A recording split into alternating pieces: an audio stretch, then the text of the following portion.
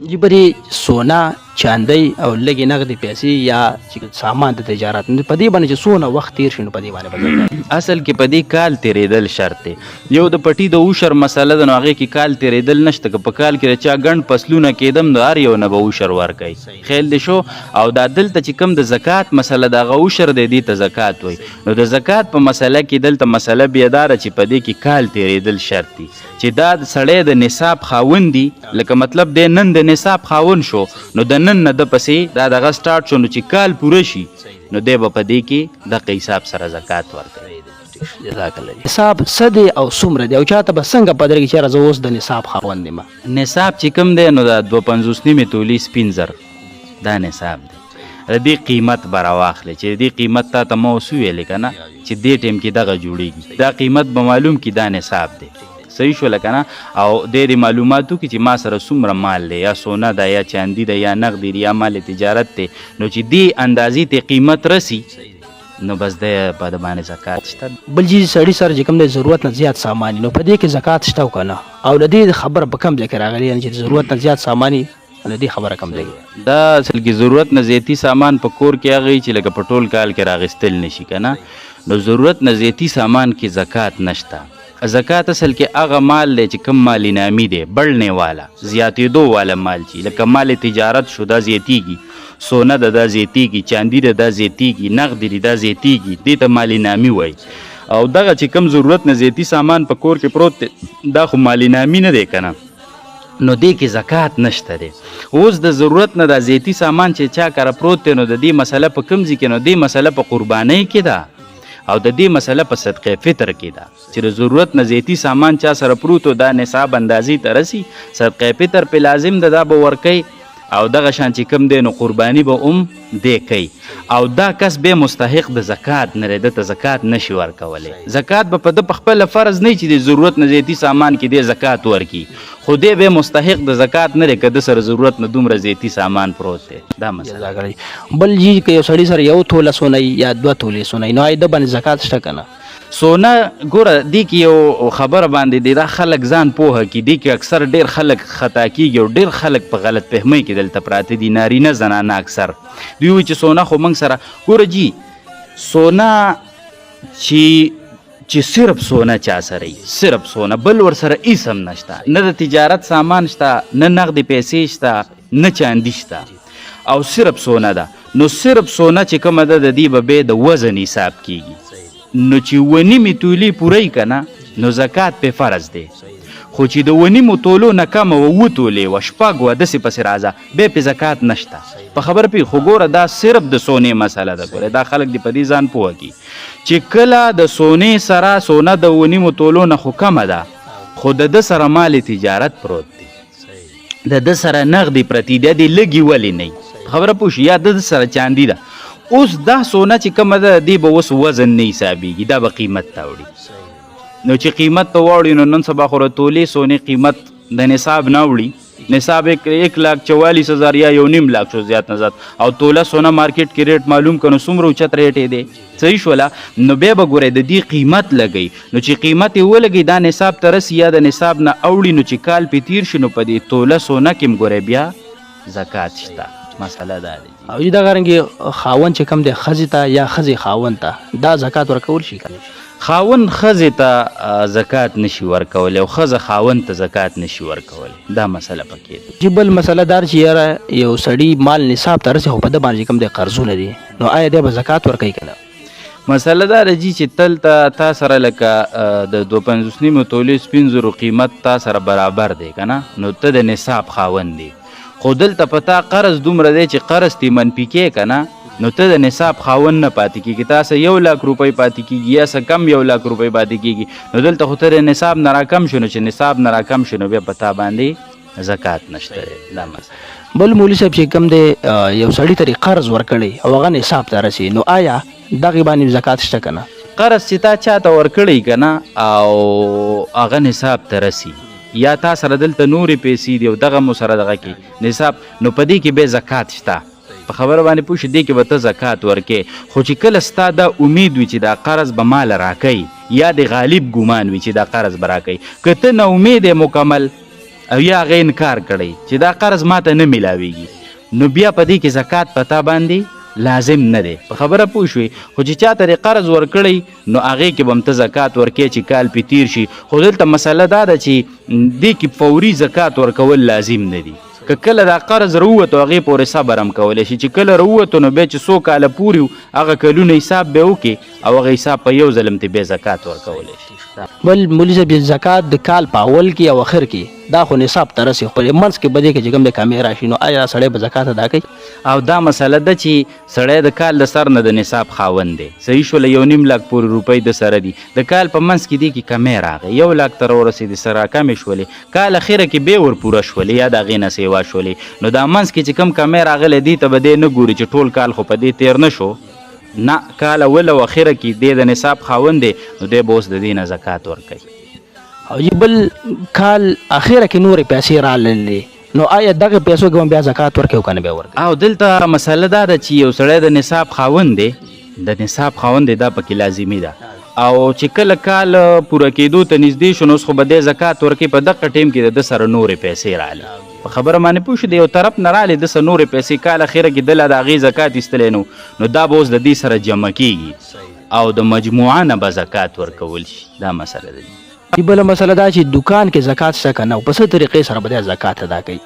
دکان کې بالکل زکات شته دی او په دې کې ګوره اکثر دکانداران په غفلت کې پراته دي موږ چې څومره ګورو په دې بازارونو کې دکانداران اکثر زکات نه ورکوي د دې دا خیال چې جوړ په موږ باندې زکات نشته خو دا په تباهۍ کې مبتلا دي دا د دې مخکې دا وعید ته ما بیان کړه چې د دې مال نه به د گنجي مار په شکل باندې مار جوړ شي د په غاړه کې به واچولی شي نو څومره خطرناکه خبره ده نو دا په غلط فهمۍ کې مبتلا دي دکاندار سره چې کم مال پروت دی په دکان کې دا به د دې نه زکات ورکوي او د دې حساب چې کله دی به کوي نو قیمت فروخ به ګورئ لګوي یو هغه قیمت ته چې په کوم قیمت د دې دکان ته دا سودا راوړی د قیمتي خرید دی د اخیستلو دا قیمت به نه لګوي قیمت فروخ به لګوي ولې دله خو هغه عمره پیسې ګټي که نه قیمت فروخ به لګوي او پیسې به ټول حساب کړي د هغې مطابق به 1 لک 2.5 زره دومره به دی زکات وباسي او بل مولوي صاحب که دکاندار کش اچولی نو آیا د کش که به دی زکات څه حکم دی او کشتونه لکه بعضې خلک دې ته کمیټۍ وایي څوک ته کش وایي ګڼ ملګري را جمع شي او روزانه حساب سره څه پیسې ورکوي دا بې جمع کېږي او بې نمبر په نمبر د یو کش روزي نو که کوم دکاندار د خپل دکان حساب کوي که نه او د په دې ټیم کې کش ته مچولی په کش کې د څومره پیسې بندې دي نو هغه به هم ګوري مولوي صاحب که یو سړي ته قرض یو سړي ورکړی او دی چې کوم دا د په زکات کې حسابوي نو آیا دا ټیک دی دا مسله ډیره اهمه ده چې تا یو کس ته قرض ورکړی هغه غریب دی او مستحق دی ټیک شوله که نه نو ته وایې چې زه ورته دا قرض په زکات کې حساب کړم چې هلکه بس دا کمې مې درکړي دا په زکات کې حساب شو نو دا داسې نشي حسابولی دې سره زکات نه ادا کېږي د دې طریقې کار دا دی که ته وایې چې غریب دی هغه څه خو اوس شته دی نو دا طریقې کار دی چې بل نه دي دومره پیسې راوالي لکه مثلا 10,000 روپۍ تا قرض ورکړي او 10,000 ته وایې چې زه زکات هم ورکړم نو هغه دې د چا نه 10,000 روپۍ راواخلي هغه دې راوړي تاله دې درکړي ته به یې ته قرض کې وصول کړي د دې نه پس به اوس هغه له ورکړي چې هلکه دا ته په زکات کې واخله نو قرض هم ادا شو ستا زکات هم وشو او دی به اوس واپس ویسې چا نه چې راغیستې هغه ته به یې ورکړي نو هغه هم ادا شو بل مولوي صاحب د ایزي پیسې نن سبا دور دی که نه نو آیا ایزي پیسې په ذریعې سره چا له زکات ورکول دا جایز دي څنګه دي بالکل د ایزي پیسه نن سبا چونکې جدید دور دی دا جدید مسله ده نو د ایزي پیسې په ذریعې سره هم زکات لیږلی شي خو دې کې که بیا دکاندار کم ټیکس کټ کوي که نه لکه تا 1500 روپۍ زکات ولیږو مثلا او دکاندار 14,500 هلته هغه له ورکړې نو ګوره ستا زکات 14,500 ادا شو دا 50 روپۍ ورته بیا بل چاله ورکړې یا بدله او که نه هلته نه رالیږي نو ته خیر دی هغه ټیکس په خپل واچوه چې دې ته پوره 1500 میلاو شي او بل که یو سړی د دکان چې کوم مالک دی د په کریه دکان نیولی د مالک سره د اډوانس کې څه پیسې اخلي نو آیا په دغه کې زکات شته بالکل بعضی دکانداران داسي چې مالک ورته ما سره په اډوانس کې پیسې ږدي په اډوانس کې پیسې ږدل او نقدل دا خو به یو ځان له مسله ده چې دا جایز دي کو نه دي خو چې د دکاندار مالک سره په اډوانس کې کومې پیسې ایښي دي که نه نو دغه به هم دی حسابوي او چې نصاب ته رسي نو بیا به دغه کې به هم زکات ورکوي په مالک زکات نه دی بلې دکاندار دی او بل جی د وخت نه مخکې زکات ورکول دا څنګه دي وخت نه مخکې زکات ورکولی شي لکه مطلب ستا دا دی چې کال پوره نه دی یو سړی زکات ورکوي نو که کال پوره نه هم دی او د ټیم نه مخکې دی زکات ورکوي نو هم زکات ادا کېږي بل چې د زکات د پیسو سره پلاهي کارونه کول نو دا څنګه دي؟ د زکات په پیسو ډایرکټ پلاهي کارونه کول لکه مثلا پول جوړول، جنازګاه جوړول، لاره جوړول، دا پلاهي کارونه ډایرکټ. اصل کې زکات کې مسله دا ده چې ته به مستحق د دې مالک جوړې، او چې تی ډایرکټ په پلاهي کار کې ولګې نو څوک د مالک کو په خبر باندې پوه شو که نه. نو دغه شان دی کې ډایرکټ په دې پلاهي کارونه نشي کولی. دې کې به غریب مستحق چې کم دی هغه به مالک جوړی. اوس یو غریب مستحق دی چې هغه وایي هلکه مال یې راکړه، هغه له تا ورکړی، هغې به په یو پلاهي کار کې لګوي، هغې یې لګولی شو، خو دونه ده چې هغه قبول کړی، هغه مالک شو، که هغې نه م لګوي ته پې بیا جبر نشي کولی. ول مولوي صاحب چې د حج د پاره پیسې یو سړي ایښي نو آیا په دای کې زکات شته؟ حج د پاره چا پیسې مختص کړي که نه، نو که هغه په بینک کې پرتي او که د سره داسې پرتي او هغه نصاب ته رسي او کال پې تیر شي نو بیا به حساب کوي، په هغې کې هم زکات شته. او بل چې یو سړی غیر مستحقین هغه مستحق د زکات نه هغه زکات والی نو دغه پیسو باندې بیا څه کوي؟ اصل کې مسله داره چې غیر مستحق د زکات اخلي نه، او که دا کم زکات ورکوي د ده پې شکي نو دی ورته لږ وضاحت وکړي چې هلکه دا زکات دی ته مستحق یې کو نه. خو بهرحال که ده بیا هم وضاحت ونه کړو که نه نو د غیر مستحق له اخیستل نه دي په کار، خو چې ده واخیستې نو دا ده له په خپله ګورې لګول نه دي په کار. دا به دی یا د هغه ته واپس کړي چې هلکه زه مستحق نه یم، تا کیدی شي ماله د زکات پیسې راکړي، او یا دې داسې وکړي چې دی د مستحقو له ورکړي نو هم د هغه زکات ادا شو. بل چې زکات په پیسو باندې غریبو له راشن اخیستل دا څنګه دي؟ د زکات په پیسو غریبو دپاره راشن اخیستی شي، کپړې مپړې وله څوک اخلي، نو خوراک څښاک څیزونه داسې څیز چې د قیمت والی چې هغه واخلي او د مستحق ته حواله کړي هغې مالک جوړ کړي نو هم ټیک د دې سره زکات کېږي. خواښې انګور ته چې زکات ورکولی شي که نه شي؟ خواښې چې کله انګور غریب وي که نه نو خواښې بالکل زکات ورکولی شي. د خپل مال نه چې کم دی د انګور ته زکات ورکولی. خواښې یا سخر خیال شو انګور غریبه ده مستحقه ده نو دا ورته دغه ورکولی شي، زکات ورته ورکولی شي. او دا رنګه سخر ته یو سړی زکات ورکوي که نه؟ او سخر هم چې غریب دی نو دا زوم رالګي او سخر ته زکات ورکوي که نه، یا انګور رالګي سخر ته زکات ورکوي نو دغلته بالکل زکات ورکولی شي. د ښځې حصې نه به هلته خواښې ته یا دغه ته نه ورکوي ځکه خو پلار او مور دي خیال شو، خو که دا زوم رالګي او د سخر له یا خواښې له هغه غریبانان دي د خپلې حصې نه چې کوم دی مستحق دی نصاب خاوند دی زکات ورکوي نو ورکولی شي. دغه رنګې رور خور ته یا خور رور ته زکات ورکول شي؟ رور چې غریب وي او مستحق وي نو خور ورله زکات ورکولی شي، یا خور غریبه ده او مستحقه ده نو رور ورله زکات ورکولی شي. یو ماشوم د هغه صاحب د نصاب دی نه دونه پیسې ورشته چې هغې باندې زکات هغه دی که نه نو آیا دی به زکات ورکوي؟ ماشوم چې د نصاب خاوند دی که نه او نابالغه دی نو په ده باندې زکات لازم نه دی، په ده زکات لازم نه دی. لکه بعضې پلاران او مور او پلاري ماشومه لوري اکثر د سرو بنګړي وله جوړ کړي، والۍ وله جوړې کړي که نه، یا مطلب داسې ماشومې چې نغدې پیسې هم د ده په دغې چې یاره دا د ده دي صحیح شوله نو که دی نصاب ته رسي نو په ده باندې زکات فرض نه دی. دی چې کله بالغ شو که نه بالغ شو نو هم د دې تیرو کلونو زکات په ده لازم نه دی. دقه ټیم نه به دی د نصاب خاون حسابیږي چې بالغ شو او بیا چې پې کال تیر شي نو د هغې نه پس به دی پکې زکات ورکوي. جزاک الله. یو سړی یو پلاټ والي هغه د ګټې دپاره نو آیا په دې کې زکات شته که نه شته؟ بالکل چې د ګټې دپاره د کوم ځای اخیستی د پلاټ اخیستی کور اخیستی دا خیال دی چې دا ماله پیسې وګټي سبا نو هغې هم چې کوم کال پې تیر شي که نه نو د هغې حساب به دی کوي او د مارکیټ ریټ چې کوم دقه ټیم کې وي دغه نو هغه به حسابوي او هغې کې به دی زکات ورکوي. او سړی جي یو نوکر دی یا پریویټ دی سرکاري دی خو به هر حال نو آیا د پرې تنخواه کې زکات شته؟ تنخواه کې زکات چې تنخواه لګي نو بیا خو په دې کې زکات نشته. که د تنخواه نه د کشته چولی که نه او یا د تنخواه نه دی جمع کوي په خبره پوهېږي او هغه نصاب ته رسي کال پې تیر شي نو بیا خو پکې زکات شته. خو که تنخواه دی رخلي او خرج کېږي نو دې کې بیا زکات نشته. جي زکات به چاله ورکوو؟ زکات اصل کې لکه اوس مثلا تا باندې زکات فرض دی نو یا ته اصول او فروع له نشي ورکولی، لکه که ستا بیبي د هغې له نشي ورکولی یا په بیبي فرض دی نو تا له نشي درکولی. تی خپلو فروع له هم نشي ورکولی لکه بچو له نشي، نوسو له نشي، کړوسو له نشي،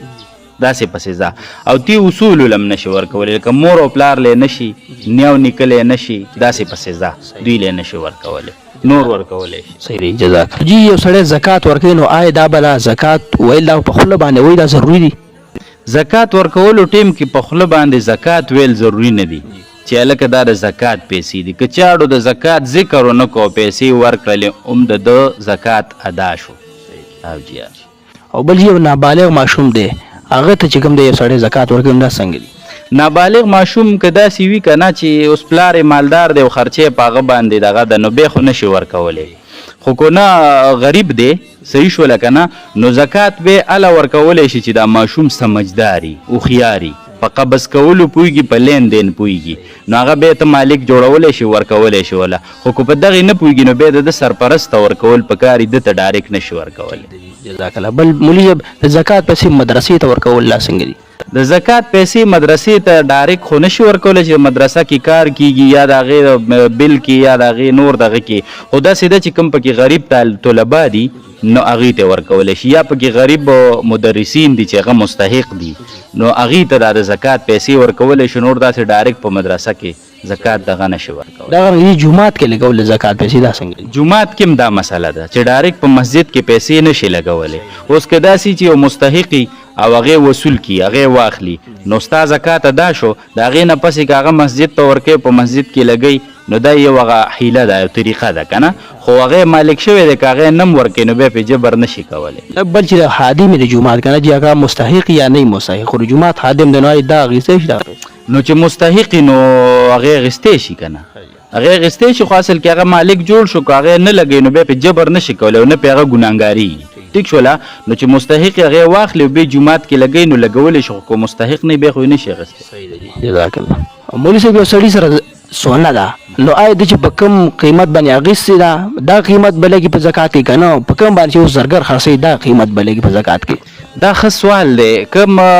تا سونه په کوم ریټ چې تا ته میلاو شوې ده که نه نو هغه ریټ کم دی او اوس په مارکیټ کې چې کوم دی زرګر په کوم ریټ چې خرڅوي په مارکیټ کې ریټ دی چې زرګر 50 سونه خرڅوي هغه ریټ به ته حسابې او د هغې حساب به کې او بیا به هغسې مطابق به ته زکات وباسي. مولي صاحب بل سرکاري ملازمین چې کوم دي هغوی ته جي پي فنډ میلاویږي که نه نو آیا دی کې زکات شته؟ جي پي فنډ اصل کې دا د سرکار په کاته کې دی که نه. ټیک ده چې دی مالک دی خو دی دا د په لاس کې نه دی او دی پکې تصرف هم نشي کولی. په خبره باندې پوهېږي نو جي پي فنډ کې د باندې زکات نشته. اگر کو هغه نصاب ته رسي او دغه اندازه کې دی په د باندې جي پي فنډ کې زکات نشته دی. خو جي پي فنډ چې کله سرکاري ملازم لاس ته راشي او دا د نصاب اندازې ته رسي او په دې کال تیر شي نو بیا به پې زکات فرض وي. بل یو سړي چې چا سره امانت ایښی دی نو آیا چا سره چې ایښی دی امانت کې به هغه کس دغه ورکوي زکات باغه ادا کوي که نه څوک چې مالک دی د امانت دا به زکات ادا کوي؟ امانت چې تا سره ما مطلب پیسې ایښي وي که نه نو دا تا سره زما امانت دی نو د دې زکات په مالک باندې دی په ما باندې دی. د چا سره چې ایښودلی شوی په هغه نشته دی زکات.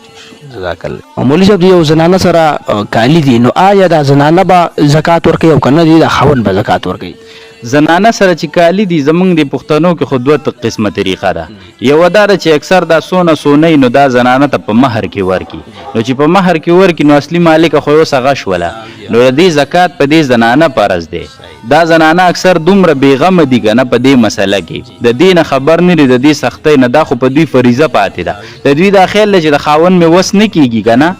او بس دی نشي ورکولی نو ګینې په ما نشته نه مالکه خو تی دا تا ته په مهر کې حساب شوی نو چې په مهر کې حساب شوی زکات په تا دی په خاوند باندې نه دی. دویمه طریقه داسې زموږ پښتنو کې اکثر چې دا زکات زنانه ته په مهر کې نه حساب وي د خاوند خو دی له صرف ورکړی چې دی استعمالی. ټیک شوه نو بیره دی زکات دی او که د قربانۍ مسله دغه بیا ټوله په خاوند. او جی زکات یو کس له ورکول افضل دي که نه ډېرو ته؟ اصل کې دغه ټیم کې کتل پکار دي که نه. یو کس له ورکولی شي خو یو کس له ته دومره زکات نشي ورکولی چې تا ورله زکات ټول ورکو نو هغه په دغه ساعت ایسته د نصاب خاوند جوړ شو نو دا مکروه دی. لکه چې یو کس له زکات بادا شي خو دا مکروه دی چې ته یو کس له دومره زکات ورکې چې هغه د نصاب خاوند جوړ شي. لکه 1.5 لک روپۍ د دې ټیم مطابق تا ورله په یو ځل باندې ورکړې نو زکات بدای شو خدا مکروه دي ټیک شولا نو د دې د وجې نه که په ګڼو که غرباو تقسیم شي نو دا به ښي خاص کر په رشته دارو کې چې کوم غریبانان دي بیا ډیر اجر دی یو د رشتې احسان شو یو غریب دی که نه په دې وجه باندې نو دا هغې کې ته ګڼو له ورکولی شي خو بعضې وخت داسې چې یو کس دی دا به ډېر ضرورتمند دي قرضونو کې به ګیري نور تکالیف او مشکلات به ورته ډېر سی وایي چې هغه ته به ډېر ضرورت دي نو په دغه موقع به یو کس ته ورکول هم بهتر دي جزاک الله جی بل جی غیر مسلم ته زکات ورکول دا څنګه دي اصل کې زکات کې مسله دا ده چې غریب مسلمان مستحق ده ته به ورکې غیر مسلم که غریب هم دی که نه خو ده ته زکات او نور واجب صدقې لکه خیل دی وشر شو یا فدیه شوله د روجو دا واجب صدقات دي نو دا کافر ته نشي ورکولی که غریب هم دی مسلمان غریب مستحق خیلی شو هغه ته به زکات ورکې او داسې ده چې دا کافر ضرورتمند دی نو هغه ته بیا د نورو صدقو نه نفلي صدقو نه د هغه مدد کولی شي جزاک الله خو زکات کې یو بله مسله ده چې اکثر خلک وایي یار دا ستا ګفټ کې ته ورباندې چې کوم د هغې له زکات ورکوي نو آیا دا زکات ټیک دی بالکل زکات کې لکه دا نوم د زکات اخیستل دا لازم نه دي که چا له زکات ورکو تل چې هلکه دا زه تا ته هدیه کوم هبه کوم هلکه دا ستا ګفټ دی خیل دی شو نو بالکل دا ورکولی شي دې سره زکات ادا کېږي تر څو چې د نیت کې زکات دی نو زکات ادا کېږي او دا رنګ بل زمونږ د خلکو کې دا یو دغه و چې دا ستا اختر دی نو آیا دغې باندې زکات ادا کېږي که نه او که د زکات پیسې راغیستي که نه او غریب مستحق له یا رشته دار له په کلي کې علاقه کې چاله ورکړي چې هلکه دا ستا د اختر پیسې دي خیل دی خو دا پکې لازمي ده چې د کله دا د زکات پیسې د نورو پیسو نه رابېلولي چې یی په هغه ټایم کې نیت کړی چې دا د زکات دي او یا دې ټایم کې چې دا ورکوي نو په زړه کې نیت د زکات دی په خوله ورته وایي چې دا ستا د اختر پیسې دي دا ستا اختر دی نو هم زکات ادا کېږي جزاک الله او بل جی د زکات دپاره آیا څه وخت مقرر شي چې یاره په دې میاشت کې به ورکوې په دې کې به نه ورکوې دې لپاره څه دغه دي زکات دپاره شریعت وخت مقرر نه دی ایښی چې په دې میاشت کې به ته ورکې او په دې میاشت کې به نه ورکې بس تا کوم حساب ولګو هرې میاشت له ته د نصاب خاوند وي او هرې میاشت ته ستا کال پوره کېده نو بس ته زکات هر ټایم ورکولی شي بل مولي صاحب زکات کې تاخیر کولی شي زکات کې تاخیر بغیر د عذر نه چې کم دی نو دا ګناه ده بغیر د عذر نه چې یو سړي سره ښه شته دی هلته غریبو ته ضرورت دی د هغې بچي به وږي هغې ته نو دا بغیر د عذر نه دا ښه خبره نه ده او که د عذر د وجې نه وشي نو خیر دی سړی دی بیا لیټ هم که ورکړي بیا څه خبره نه او بل جي دا زکات به د شمسي کال په مطابق که نه قمري کال دې وضاحت لږ وکړئ زکات اصل کې دا اسلامي میاشتو چې کوم حساب دی که نه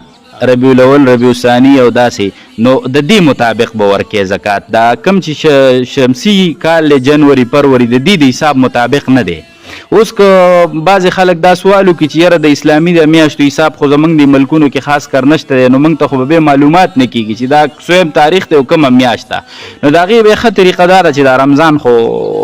اسلامي میاشت او دا خو هر چاته معلومه وي که نه نو بس رمضان کې دې دغه کوي یا د رمضان په اول کې او یا د وړوکي اختر د وړوکي اختر نه لږ مخکې 10 ورځې مخکې 15 ورځې مخکې دغه ټایم نو بس دغه ته به د کال پوره کېږي هغې مطابق په دې زکات الله هم خوشحاله کړي چې موږ لم دا دونه قیمتي وخت راکړو او د کوم زکات اهمې مسالې وې چې تاسو تفصیل سره بیان کړی دی الله خوشحاله کړو د راکولو یو جهان مننه جزاکم الله خیر جی الله تاسو هم خوشحاله کړي چې ستاسو په واسطه باندې زموږ د اواز د ملګرو ته رسي چونکې د زکات د مسایل ډېره هم او ډېرو ملګرو یې تپوسونه کول نو شاید دی کې به موږ نه ډېر سوالونه پاتې شوي مې خو بهرحال که بیا هغه ملګرو پوښتنه کوله نو بیا به انشاءالله جواب ورکړو او بل جی دا میاشت رمضان روانه ده تاسو به هغې باندې مختلف کلیپس کوئ او انشاءالله ملګرو ته هم زه دا کوم چې انشاءالله موږ به د مولي صاحب سره بیا ملاقات کوو او ستاسو هم یو جهان مننه چې زموږ دا پروګرامونه خوښوئ الله هم خوشحاله جزاک الله